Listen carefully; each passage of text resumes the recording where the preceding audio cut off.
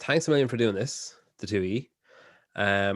We've got Roger, and then I guess owner and head coordinator of the Norwegian Championships, and then Phil Hesketh, the head programmer. Is that an official title, or do you want to call yourself something different?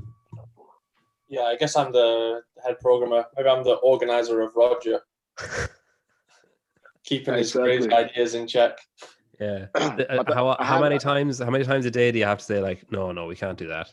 Like, Roger usually comes with he sends me messages of these ideas and stuff that I want to do, but I always have to be a bit more of the boring one and think of the logistical side. Like, is this actually possible? Yeah.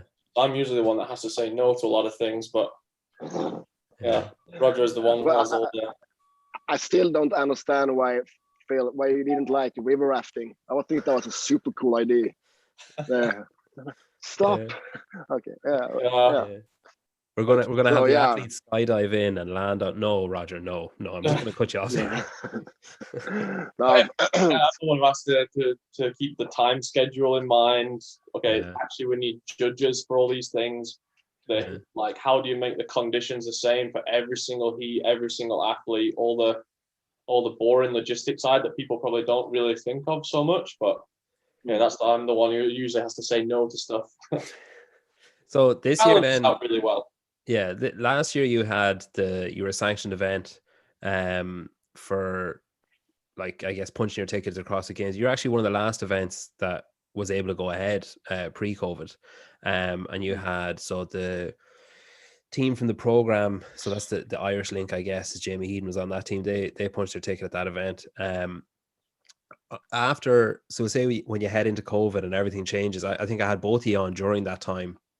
Like, now we're kind of looking ahead to a point where things are starting to open back up, or will soon be everywhere anyway, hopefully opening back up. Has it been difficult to plan ahead, knowing that, say, like, I'm sure you have empathy for the German Throwdown that are suddenly having to go online, or the Atlas Games in Canada having to go online and stuff? Is it difficult to plan ahead and think like, okay, here's what we want to do, but we also have to have a plan B in case we can only have this many people, or a plan C and that kind of stuff? The thing is, the biggest problem, or the thing is, the thing as an organizer, you have to take a decision. When do we believe it's going to be open? When is the right time to start spreading some light in the darkness? And we have talked like almost every week, me and Phil and the rest of the team, and with the sponsors like Eleiko, Nocco, everybody that is a big part of our event. And we took a decision a couple of months ago that it's time to announce things. It's time to show the world that as soon as we can, we are there. We are ready to give you all that experience that they have missed in this 12 months of craziness. And in the end, we just said, okay, guys, let's find a date where we really, really believe we can do an event that is a little bit more localized. We have some people around Europe that have signed up, like the Norwegian Throwdown now in August. But so we really want to do that, and this is what we believe we can do an event in August. Yeah, that is like what we really, really believe on what we heard from the government and everything. So it's just to take a chance to take a decision. Yeah. And did you have to, so like when you're planning, because you've mentioned, so there's a few events, you've got the championships in August that you've mentioned. What other events have you got planned then? So we have an event in August, the Norwegian Throwdown. This is the fourth time we do that event up in Storfjell. That's the summer edition. So it's going to be green and hot and sweaty. Then we have two more events, but that's in 2022 in February. So that is the European Masters Championship and Norwegian Team Championship. So yeah. And are you programming for all of those events, Phil? Yeah. And is it Like, are you kind of picking from one and saying like, oh, that mightn't work for a team of three, but that would be really good as an individual event? Or are you like treating them as three entirely separate things that you're programming for? Like, are you worried about, say, if someone does one and then enters the other, that it's going to be similar, or are you assuming that nobody's going to do all three kind of? Not assuming that nobody's going to do all three, but they do kind of have different markets, really. Yeah. The programming, like I guess you could say the program will be different for all three, like completely independent events. I guess they would still have the same sort of theme that I usually kind of go with. Once you kind of have your way, like you don't deviate too much from that. So I guess they will have a similar sort of theme, but they will be programmed very differently to meet like the demands and to make it more specific to the athletes that will actually be taking part, because the level of athletes should be quite different from the three competitions. Yeah. Does the time of year challenge you, like say programming something in August versus programming something in February in Norway? I assume it's very different. I mean, for the inside, like it's always nice to have one event out of the arena. So obviously the weather plays a pretty big role, but for the inside stuff, it's pretty similar. Like we're using the same arena, and it was nice that I've used that one time now. So I was pretty stressed when we did the sanctional. Like I didn't believe when Roger told me that we're having a competition inside a hotel on a mountain. Like I was pretty stressed. Like I had to go up and see it before I could like really finalize the programming. But yeah, it's a pretty unique spot and definitely not what you would expect when you say you're doing a competition inside a hotel. Yeah, like it's got everything you could possibly need. So it complements the programming well. Like it doesn't make my job more difficult being in that location. Yeah, I believe there is nothing you couldn't do at Storefjell. We have the height, we have the ground, we have everything. We could actually do anything inside as long as we have the equipment. Yeah. The best thing is like you literally can't break it. Like you're dropping stuff onto a mountain. So like obviously one of the biggest challenges you would have as an organizer and programming is if they say, oh, okay, well you can do weightlifting, but you can't drop the bars. Like that is just always such a mess when you go to competitions and they have those restrictions, because the head judge will say like bring the bar down under control or this or that, and once you start adding in those subjective sort of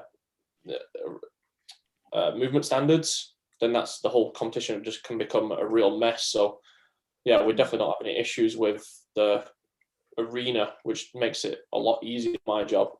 Yeah.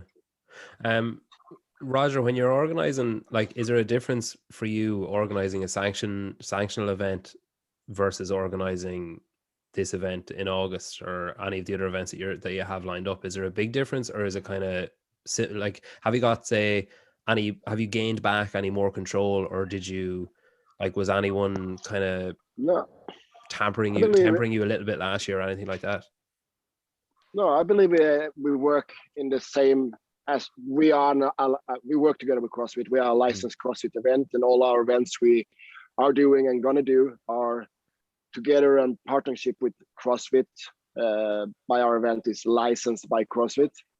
So doing a sanctional event and doing the Norwegian Throwdown this summer, the only difference from being a sanctional event that you're sending someone to games. Yeah. Or maybe have more international athletes. But I guess the live stream was one of the big. That was probably one of the big things, right? Trying to manage the live stream. Yeah. It feels like people want to see a sanctional event live, and there's so much people that want to see it, and so you have to really do a good live stream and I do a good show, both on site and online.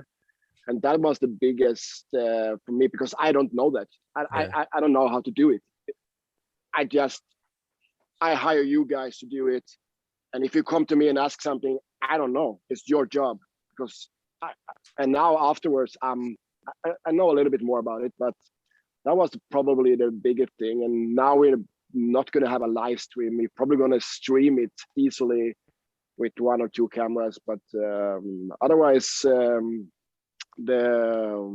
what we have to do as a sanctional director together with CrossFit is no different what we have to do now. And we have that resource, CrossFit, as a resource of helping us with whatever we need help with, and checking out our workout, checking out our flow, our transitions, the safety. So that is a resource that I'm really, really happy about, to have that. CrossFit, they have done this like since 2002 or so. If somebody knows what to do, they are the guys. And it's nice to always be able to call and, hey guys, we are thinking about this. What do you think? We're thinking about rafting. Yeah, no, but we have stuff that we're gonna do, that we have talked to CrossFit about, and how to do it, and what's the best way to do it, and for making it equal for everyone. And is that what it means then to be a licensed event? Is that you, like, obviously you get the supports there where you might say, oh shit, we have this idea and we're 99% there, we just need to make sure that it's definitely okay to do, and they say, yeah, that should be fine, or oh no, we saw that before and it didn't work, or that kind of thing. Is it also a case that, like, say, does Phil have to go and say, here's Saturday, and then they can say like, oh, I wouldn't do that second event, like that's gonna, like, how much input do they have as a license holder, we'll guess? We can do almost CrossFit. They can really tell us like, hey guys, you shouldn't do that kind of movement because that will be unsafe, or that's only for a reason, unsafe for maybe doing too much load or too much effort. Are we going to have 15 workouts in 2 days? They're going to sleep 4 hours. We're going to, hey guys, and they can recommend. And if CrossFit would recommend someone like prepared programming Phil, we're probably way off. But that's why I contacted Phil first time, because I heard about his programming. I heard about his way of coaching in CrossFit. He likes the CrossFit. He likes the old school CrossFit. He likes to work with benchmarks, open workouts, or variation of those workouts. And that's what I personally like as well, as an athlete and as a membrane affiliate. So that's why I believe our programming probably almost will be okay with CrossFit. But it's always nice to check out, like, hey, we're thinking about this. They're like, wow, we should change this. And we had help on the sanctional. He was like, hey guys, in this workout, you should have like 1 more meter between those 2 platforms, because then we're going to be super safe. Oh yeah, thank you. Oh yeah, on the sketchboard it looked okay, but on the real life, when we have Jonathan Haynes there, he was there and helping us on site, and I love it. And it worked really, really good.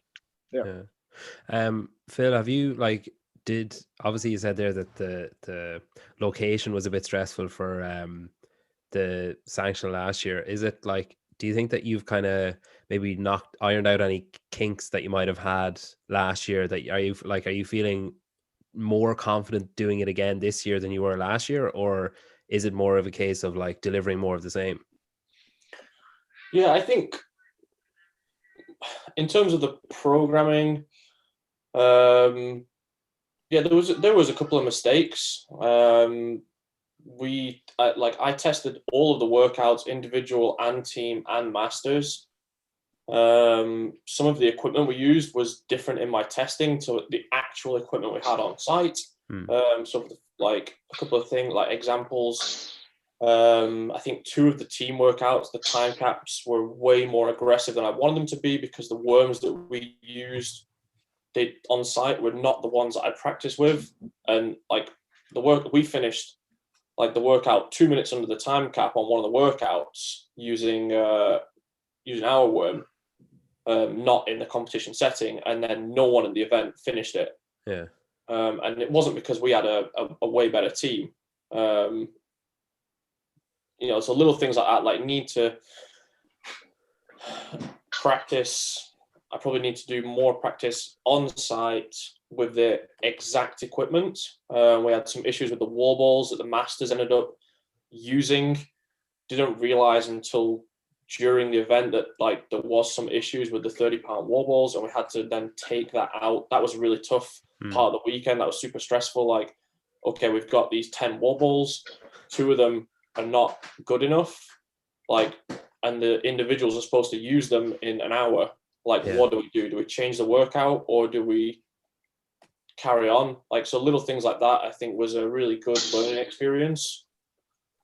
I'm not more stressed about the actual programming. It's just, it was good to do it that first time and learn about, you know, the safety things, the logistics. There's so much more than just writing the workout, like how it flows, especially with teams, like how the teams flow down the arena without it being a complete mess. Yeah. A couple of workouts were quite messy. We did a lifting event, and you factor in this space for everyone to work in. It's like, this is loads of space, but you don't factor in how stupid sometimes people throw off plates from their barbell. Yeah. So rather than taking off a plate and putting it inside their nice 4-meter space or whatever, they throw it off to the side, and now it's rolling 2 lanes across into someone else.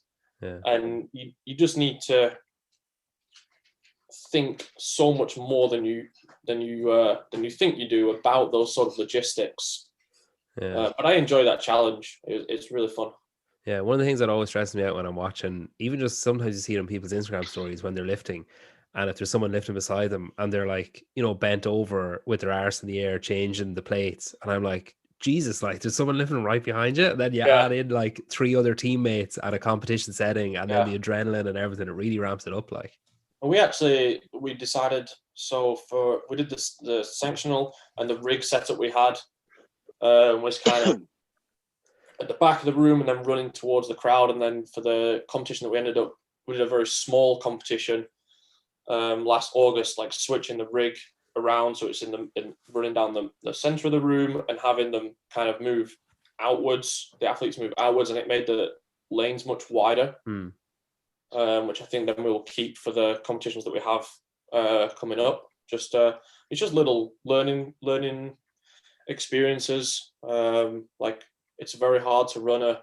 completely perfect event, but as long as you like are probably a bit honest about the mistakes you make and then try and learn from them, then I think it keeps people coming back to your events, which is good, what we want. Yeah. If the event is in August, when do you start programming for that? I will probably start like really thinking about it maybe after we're done with all the quarterfinal variations. So after maybe the masters are done in May, and then then I've got a few months 2-3 months to get some workouts in and get them tested. I usually think of like the actual weekend of workouts like quite quickly, but then you can get like a template out pretty quick. But then it's just all the small adjustments, like you test one, and okay, if you make an adjustment to one, you have to make an adjustment to another one as well, and then it's just a lot of kind of balancing out. That takes a little bit longer. When you're programming your competition, would you look at, say, the CrossFit pyramid as your base, or would you look at like, okay, I need to test an endurance workout, I need to, like, how do you like balance it, we'll say, over the weekend? Usually the first thing that goes on paper is like 1 or 2 workouts that probably I have in my head, or I have written down in some notes somewhere that maybe didn't make it to a previous competition, or just I actually have just like competition workouts that I write sometimes because I know that I will be programming in the future for different competitions. So if something pops into my head, I write it down, and if I think it's a good time to use it, I will just like get 1 or 2 down on paper to start, and then from there trying to develop around that. So if I write something down on paper, I'll kind of like think, okay, look at the time domain of that workout, look at the equipment that was used, look at how demanding that is on the body, like what type of workout it is, and then start trying to fill in those things around it, like okay, making sure I have a variation in the right amount of variation in time domains, different equipment, but usually the 1 or 2 workouts goes down on paper first, always pen and paper, and then kind of building around that. But like when I did it for the sanctional, I wrote down a workout. It was like a variation of the open workout with thrusters and double unders, and then thrusters and rowing. So I wrote that down on paper, and that actually ended up not making it to the sanctional. So by the time I built in everything else around it, that one ended up getting moved out, saved for a later date, and saved for August 2021. Yeah, it's not always the first one that goes down. It doesn't always make it to the final cut. Yeah, that's just how I look, Roger. You can't wipe that off.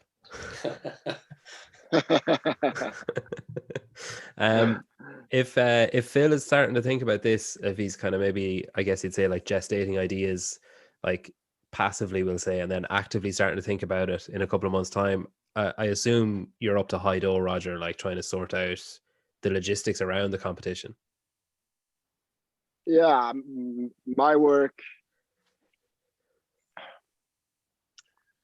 it's all about my biggest part is getting the equipment that the Phil want to have, if he want to have something different, talking to the sponsors, the hotel, the promotion, the graphics, that's my big work in the beginning, but in the same time closely together with Phil building everything, because it's not only just programming the event.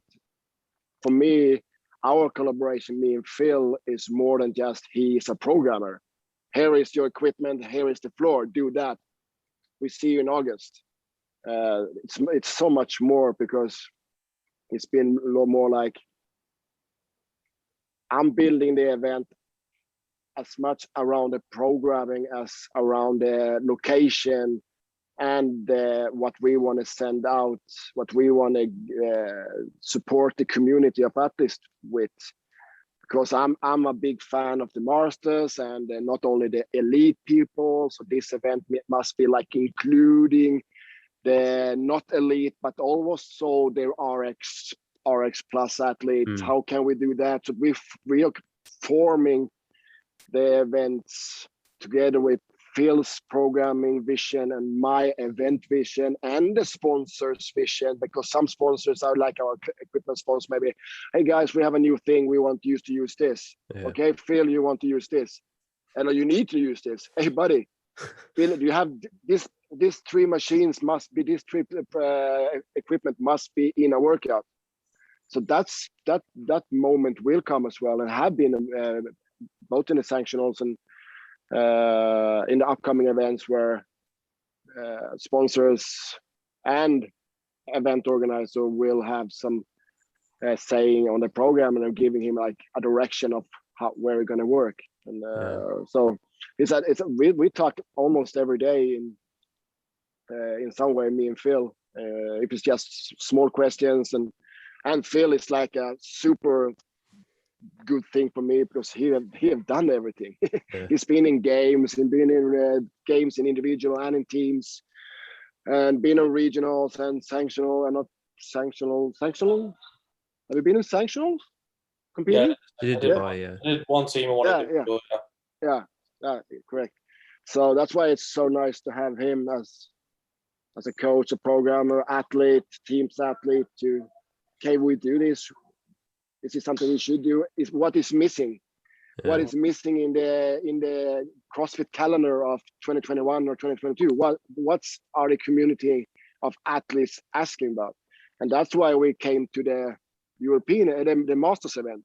Yeah, I was going to ask you about that. So like the Masters event, like I spoke to Eamon Coyne from the Masters Fitness Collective, and like one of the things we talked about was how it was the first thing to be dropped, like when it was became obvious that the season wasn't going to run as planned, the age group were the first thing to be like, all right, fuck it, we can't do that. So they're gone. And it was like, it would be easy to take offense at how quickly it was done, that the teens and the masters just like, right, you're gone, and we'll just focus on the elite.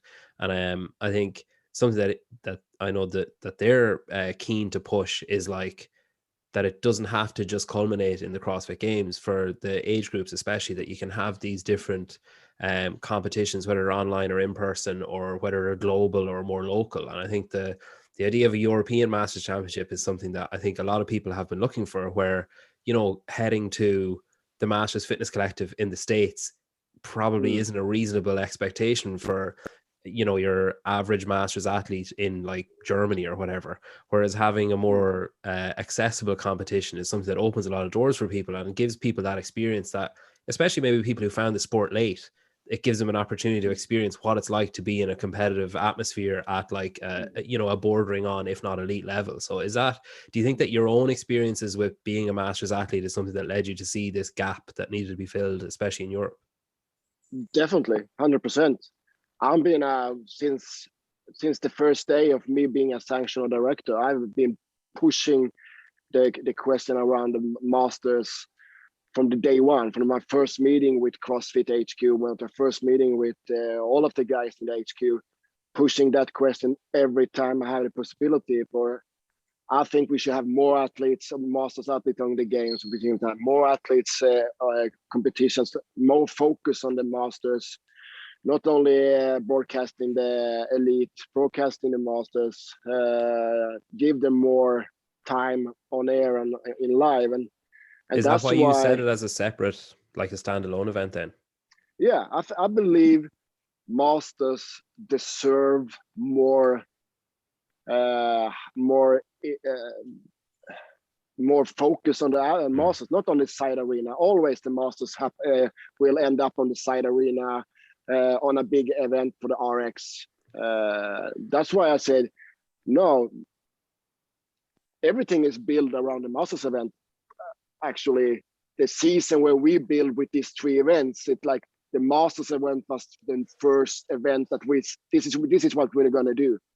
All right, what can we more do afterwards? So the Masters we're building it around the Masters event, and we're going to do that. It's only going to be Masters on that event.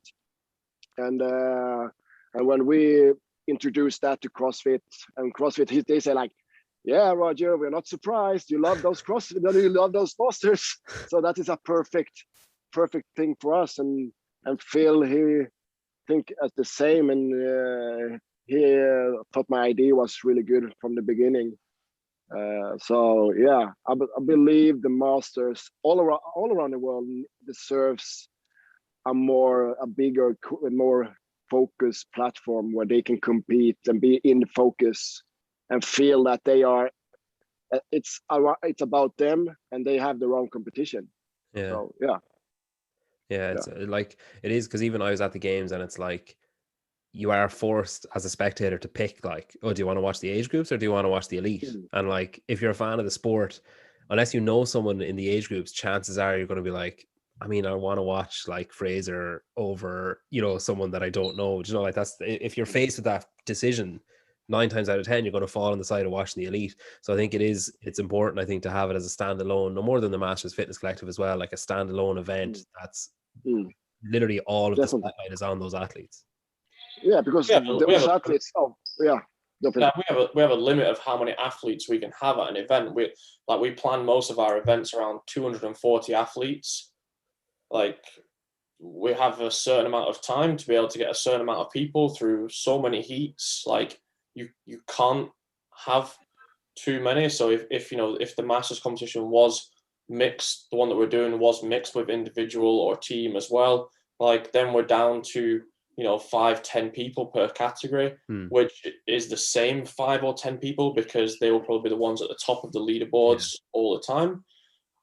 Just like it would be if you did that for individuals, reduced it to 10 people or 5 people per event. So doing it this way with having a Masters only event allows us to be able to have it. It's still not a huge amount. We can maybe have, but it's more similar to like a regional type setting where you can have up to 30 people maybe in a category. 20 to 30 people. The thing with the Masters is like it's difficult to organize because with the RX or the open age group, it's men and women, so you can have a lot of people in 2 categories. But now when you start incorporating the age groups, you have men and women in multiple categories, so then the amount of people per category gets reduced quite a lot. So logistically it's tough to organize the Masters events. Do you know what your categories are going to be for the Masters yet? Like, what's the start age, we'll say? 35. Okay. And then we'll use the CrossFit brackets. Yeah. And then, so I think we're going to go 35 to 39, 40 to 45. That's 44. Yeah. 45 to 49. Yeah. And then 50 plus, I think. It was a tough decision. Again, with the logistics, like, so we could go 50 plus and have 30 people in that category, or reduce that down again to much smaller categories, but only have maybe 5 to 10 people. Yeah. Which is then 3 of which will be on the podium. Yeah. Like it logistically is tough when it's so many categories. So I think what we're going with is 50 plus, but opening up that to 30 people equal to the other ones. And just kind of following, CrossFit has just opened up the capacity to have higher age groups because the demand is now there. But that is a worldwide level.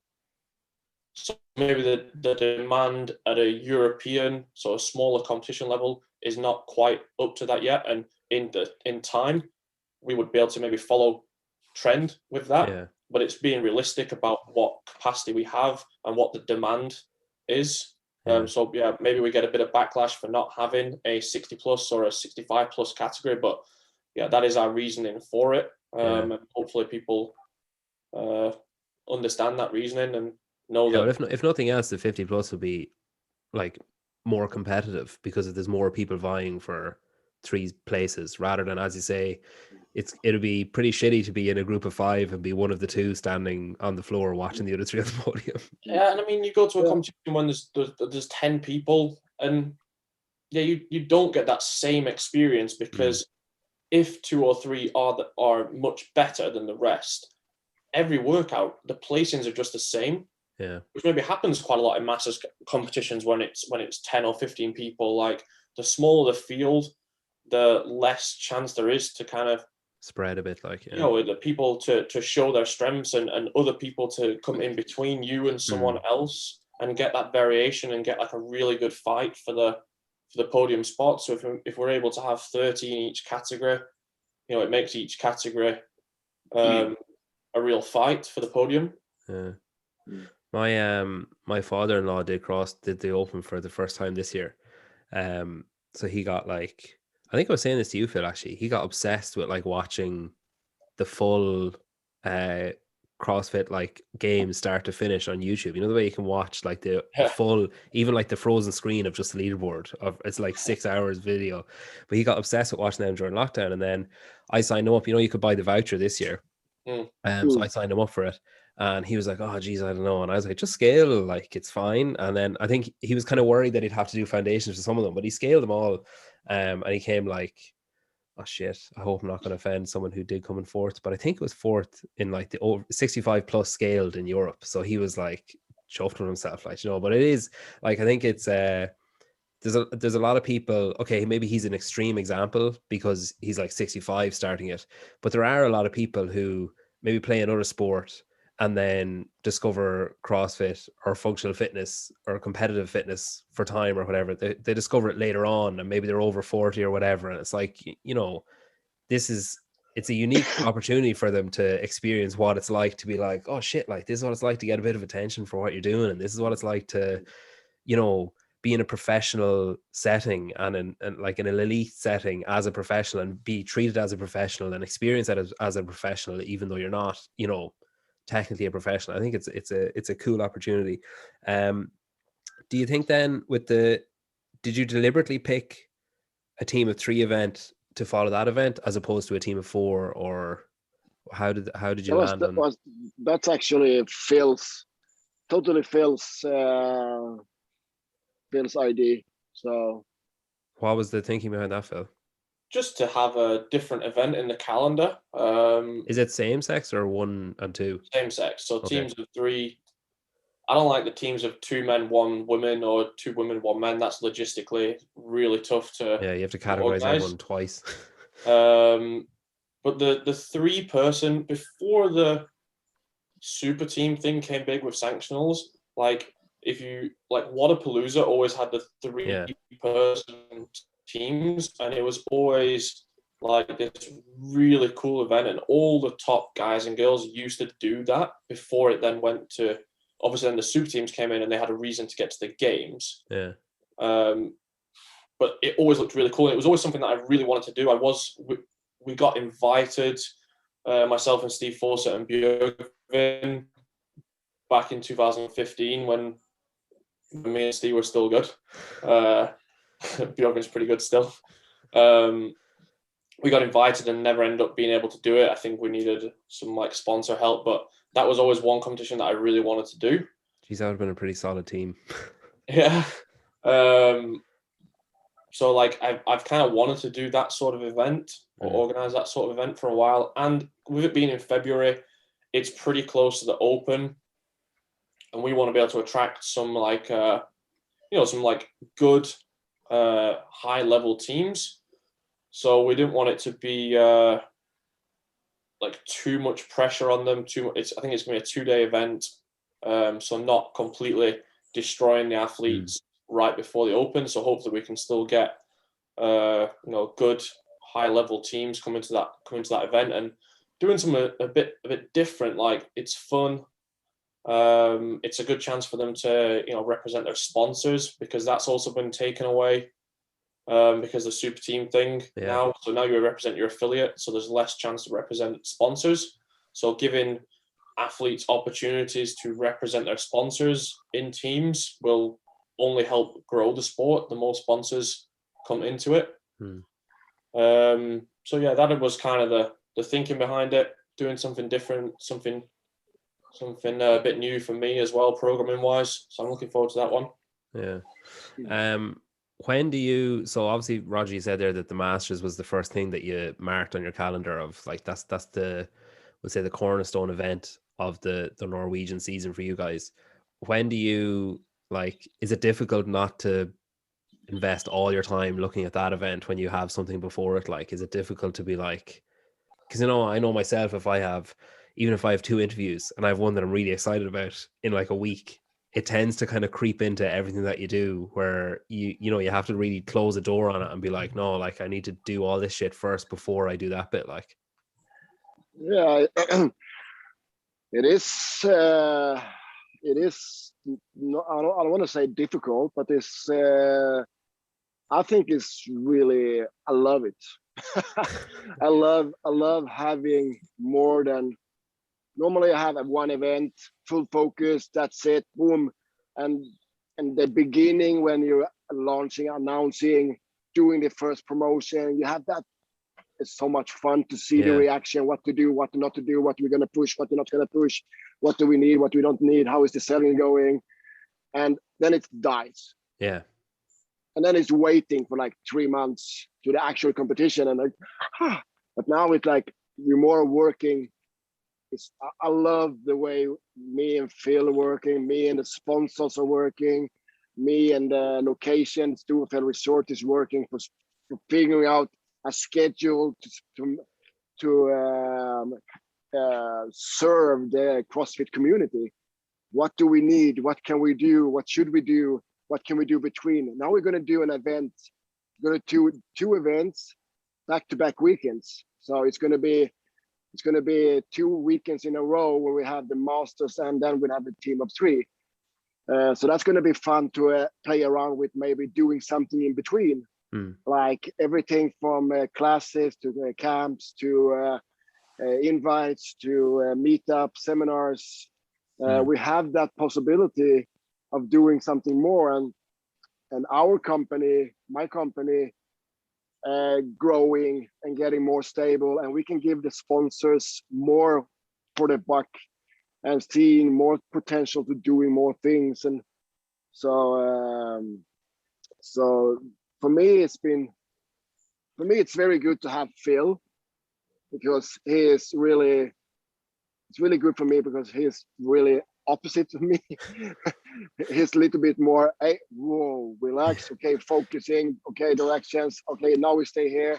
And the same as in my company, Astrid, that works for me. She's like also really organized, focused, working step by step. And so together, all three makes it possible. Otherwise, that would be really difficult, and especially in the marketing, because it's difficult to. I don't want to mix them up, so people are not getting confused about what we are pushing out. That's why we're not pushing anything about the Masters event really right now on the social media channels. It's there, people know something about it's going to happen, but it's in February, so we have a lot of time. And so yeah, it's difficult. It's not difficult, but it's challenging. And as a CrossFitter, you love challenges. So and this challenge is really gives me a lot. I'm really growing as a company and as a person with this. So, yeah, I think I need to find someone like you found with Ashton and Phil, of someone who can tell me, like, maybe just wait and do that another time. Maybe focus on this thing that you're doing now. Because I definitely, I think I share your passion for, like, this is the best thing I've ever thought of, and it's going to be the best thing ever. And sometimes I need someone else to just be like, no, but that's like physically not possible to do that. So you need to just simmer down and focus on this thing that you are supposed to be doing right now, instead of doing that other shit. It's all about the confidence, and I have 100% confidence in what Phil is doing and what his inputs on things when we discuss. It's like it's nice to have that confidence in a person, and that's why it works. So for the event that's on in August, then did I read it right that it's like open qualification, basically, like you enter and you're in? Yeah, straight off. And that's something missing in the calendar as well. I believe we need more events like that, because it's really nice to just buy your spot and get your spot. And we are going. And of course, you lose some money issue. You can earn some money on the online qualifier and stuff. But still, it's about serving the community and the different settings and different way of competing, and showing people that it's not always like online qualifier. Sometimes you can just buy your spot and get your spot, and you can get an invite, you can get a qualifier, or it's to show that it's different way of doing it. Is that your plan with the Masters and the team of three as well, or have you thought that far ahead? There'll be qualifiers for those two. Okay. Yeah. So the way the Masters will look is what it's looking like right now is that we will use the same workouts as that get released for the age group online qualifiers. Okay. So we'll use their workouts, but give them a bigger time frame, so it's not so stressful. And also, you don't technically have to be in the age group online qualifiers then to enter. Like the Masters, our competition leaderboard. So they'll have a bigger time frame, so they could submit the scores that they're doing anyway that weekend, or they can repeat, or if they're not in that weekend and just want to do hours, then they can do that as well. Yeah. But like we want to get the qualifiers done relatively soon, to make sure that we got the demand right for it.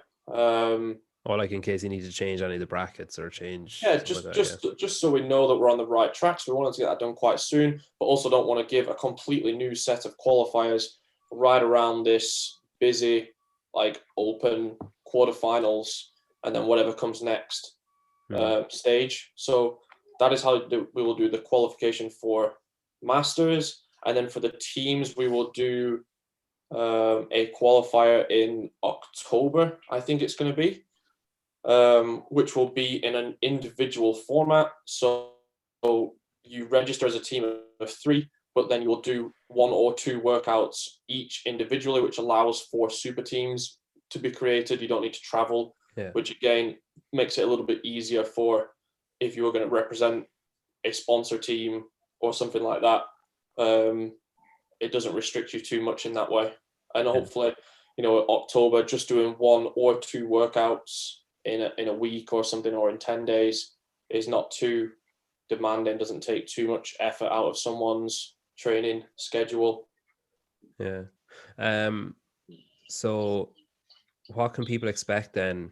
Is there obviously the location is unique, and it's like wildly different from any of the other competitions that you go to. Like very rarely are you going to be doing a competition, like you said, on a mountaintop basically. Is that the USP, do you think? Is that the unique selling point of your events, the location, the scenery, and then is there an experience that you want people to have going there to match up with that, do you think? I think that was the feedback that we got. Like, I knew it was going to be a cool location when I got involved with it and when I saw it for the first time.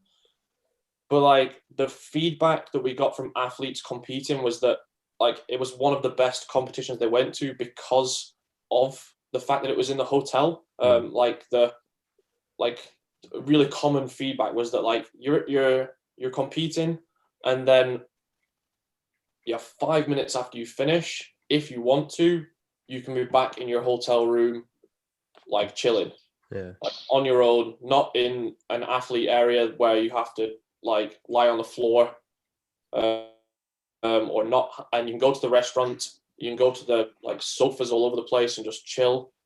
Like, it's one of the worst things about competing is knowing like in between events, okay, I've got to try and find some food.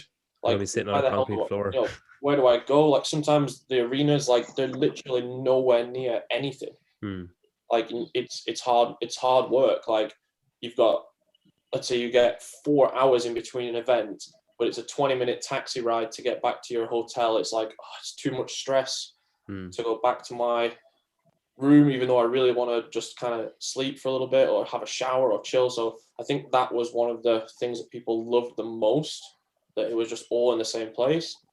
And then people loved the run way more than I thought they would. Like, the scenery when you got to the top of the hill, like, obviously, like, they're fully focused, like, they're in the zone, they're working hard for their points. But I think people like really took in like maybe how cool this is. A hobby for almost everyone. Like, it's a hobby, and you spend a lot of money doing that, and all of a sudden you realize that you're at the top of a mountain in Norway, like, competing, doing something you love, but with a bunch of people that you love in one of the most unique, super cool settings that you can think of. And it's probably just like a bit of a moment, like, wow, this is really cool. Like, so I think people like really enjoyed that experience. And I know Roger's got he wants to do all types of different things involving the snow. So I'm going to try and help with the logistics of how we can make that work. But there's plenty of things that we can do. Probably requires sponsors coming on board to help like manage those events. Like, you see a lot of the time at the games, if they have an event like biking or paddleboarding or something, they get an independent sort of sponsor to come on and help make sure that the event, like, my thing is that the event needs to be the same for every athlete, which with a run is easy. But let's say, for example, cross-country skiing, pushing a sled, pulling a sled, I don't know, all the other things that we've thought about, like, the logistics side is hard. How do we make this the same for every heat of athletes in the same category? Yeah, because if the ground changes or whatever from one to the next. Exactly. Like, I even have issues when you do ocean swim events, which obviously we're not going to do, but at other events you do an ocean swim. If you don't do a mass start, then the ocean is like, it's temperamental. Like, it changes every single heat. It's different. So like, the conditions are different for every athlete, and that is technically now not a level playing field. So that is something that is super important, like trying to make that consistent for the athletes across every event. Yeah. That dog is going to scare the shit out of someone that's listening to this on headphones. He's an idiot. Oh my God. So Roger, for yeah. your event, with your event organizer hat on, then what's your aim for each of the 3 events? Like, if I'm a spectator arriving at one of the events, what would you hope I'd walk away thinking or feeling? Or as similar a question, if I'm an athlete at one of your events, which I wouldn't be, what would you hope that I'd walk away thinking or feeling? No, as anyone that comes, as anyone that loves like CrossFit, it's enough of liking. You don't have to love CrossFit to be able and like to travel and experience nice places and good food, because we have good food. I believe travel to Storefjell in Norway during one of our events is going to be like eat, sleep, breathe, sweat CrossFit for those days you're there, because you're going to stay with the athletes, with the judges, with the directors, with the spectators, with the media crew. Everybody going to stay in the same place, in the same house. They're going to eat breakfast, lunch, dinner, coffee, relaxing in the swimming area, taking going out in the slopes. You're going to meet all these people and be around these people for all those days you're there. So it's basically a retreat with a competition during it. We're going to change that to a ski resort. We're going to do it. We're going to change it to a CrossFit resort during those days, those weeks. And I think that's one thing we wanted to do it better, right? Like now we're going to try and have more spectator stuff that they can do.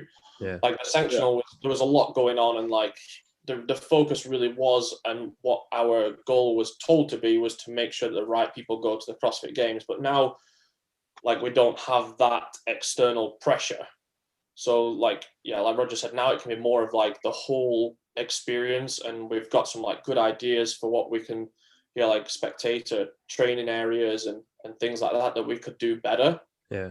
So that's going to be fun. Like, it is going to be basically like a really cool CrossFit retreat with a competition, a really good competition going on at the same time. Yeah, that's cool. Yeah, we got a good reason to do something in between watching the CrossFit competition, then do some training, maybe listening to a seminar, doing a spectator competition, going for a class, being a part of a camp that maybe is going on during the weekend or before the weekend or after the weekend. And we're going to try to build more as a functional fitness CrossFit long weekend week thing. And we're going to build it for every time we do an event, and together with the sponsors and together with coaches, together with Phil prepared. So, and hopefully we can have some podcast guys coming over and doing something directly from us. So yeah, that is what I believe the community around CrossFit competitions gonna travel home with, being in that CrossFit bubble for those days they are there. And we might not be able to do that for the first one. Like, this might be more looking forward towards the February ones next year. Like, we're pretty realistic in thinking that the August one might be athletes. Yeah. We don't know, which, and they bring their girlfriend or whatever, or boyfriend or mum or dad or whatever, whoever it is. But I don't think it's going to be a huge spectator experience in August. Yeah. But we like to, one of your earlier questions, like, we've been desperate to organize something, and we didn't want it to be just this pause of like not even trying. Like, we're trying to organize something.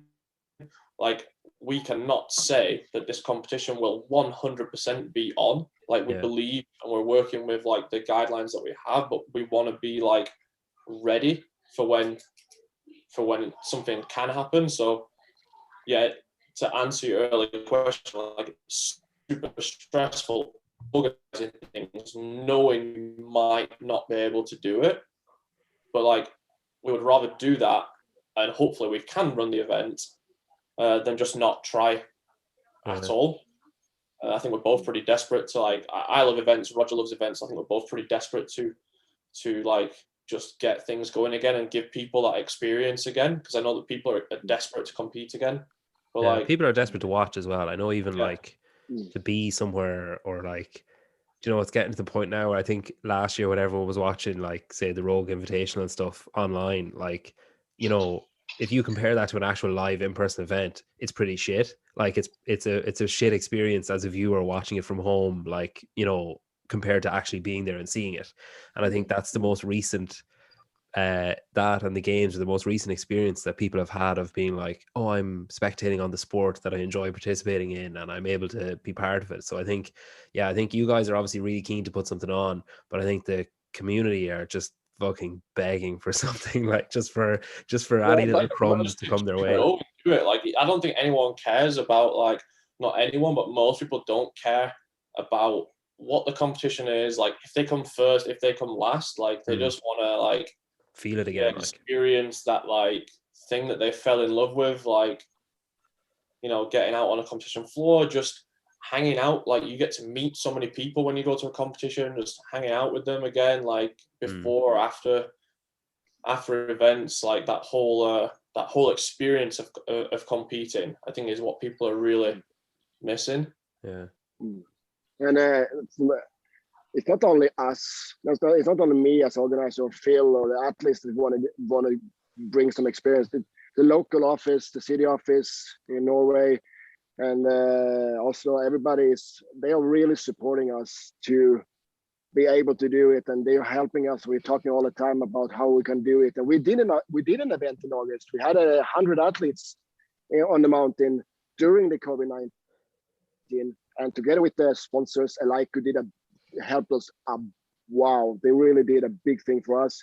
We're able to have separate equipment to all athletes, both on the warm up, on the competition, to be really, really super safe. And together with the city office and the health department, finding a way of making everything clean 100%. And that's why we are confident of doing an event during these times, because we have done it.